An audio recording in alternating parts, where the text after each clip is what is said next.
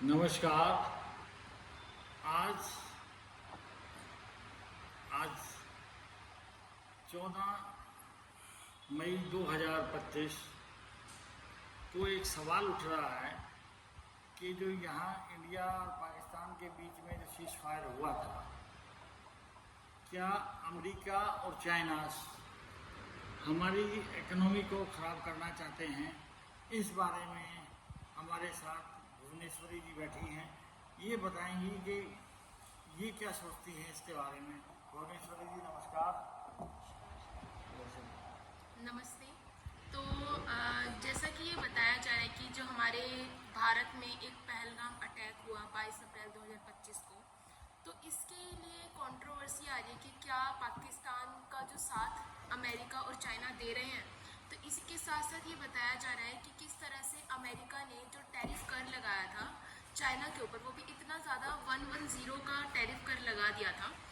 तो चाइना में क्या सिचुएशन हुई कि उनको एक नई इंडस्ट्री या फिर मार्केट देखने की ज़रूरत पड़ी। वो इंडस्ट्री सेटअप करना चाहते थे, तो उनको मार्केट देखने की ज़रूरत पड़ी। तो उन्होंने सोचा कि क्यों ना इंडिया को ही टारगेट बनाया जाए अपनी इंडस्ट्री सेटअप करने का। तो फिर लेकिन इंडिया में क्या हुआ कि 22 अप्रैल 2025 के बाद बहुत ज़्यादा वॉर लाइक सिचुएशन हो गई, क्योंकि इतने ज़्यादा अटैक होना, धर्म के नाम पे गोलियां मार देना और इतना ज़्यादा आतंकियों का माहौल क्रिएट कर देने से हमारे इंडिया में बहुत ज़्यादा वॉर की सिचुएशन स्टैब्लिश हो गई। तो इसलिए चाइना ने हमारे इंडिया में कोई भी इंडस्ट्री सेटअप करना, जो भी उसका आइडिया था, उसको पोस्टपोन कर दिया। लेकिन ये बताया जा रहा है कि किस तरह से जो अमेरिका और चाइना है वो ये वर्ड को यूज़ ही नहीं कर रहे हैं पाकिस्तान के अगेंस्ट, कि उन्होंने आतंकवाद को पनाह दी, आतंकवाद को शरण दी। तो इस पे हमारे भारत के द्वारा भी ये बताया जा रहा है कि कोई भी पाकिस्तान का साथ ना दे, बल्कि जो IMF जो लोन प्रोवाइड करता है वो भी उनको भी मनमानी तरीके से लोन प्रोवाइड करने के लिए मना करा गया। और इसके साथ साथ जो अमेरिका और चाइना दोनों ही जो अपने न्यूज़ मैगजीन्स हो गए, न्यूज़पेपर हो गए, तो उसमें जो वर्ड का यूज़ कर रहे हैं वो मिलिटेंसी वर्ड का यूज़ कर रहे हैं। और इसी के साथ साथ जो वर्ड का यूज़ कर रहे हैं वो गन मैन वर्ड का यूज़ कर रहे हैं, ना कि किसी आतंकवाद वर्ड का यूज़ ही नहीं कर रहे हैं। तो इसी के साथ साथ बताया जा रहा है कि किस तरह से पाकिस्तान का साथ देते जा रहे हैं अमेरिका और चाइना। लेकिन हमें ये भी देखना होगा कि क्या हमारी इकोनॉमी जो इतनी मतलब बेहतर इकोनॉमी बनती जा रही है, 2070 तक हमने टारगेट भी लिया है, लेकिन जो हमारे इतने अच्छे रिलेशन थे अमेरिका के साथ, क्या वो अपने रिलेशन में खटास डालना चाहता है? तो ये सारी चीज़ें आगे देखते हुए आएंगी कि क्या क्या इसमें बदलाव आते हैं। और ये भी देखना होगा कि क्या इंडिया की जो इकॉनमी है वो जो दूसरे इतने दुश्मन देश बनते जा रहे हैं, तो क्या वो अपना रिश्ता जो इंटरनेशनल रिलेशन होता है, क्या उसको मजबूत करने के लिए बेहतर कदम उठाएगा?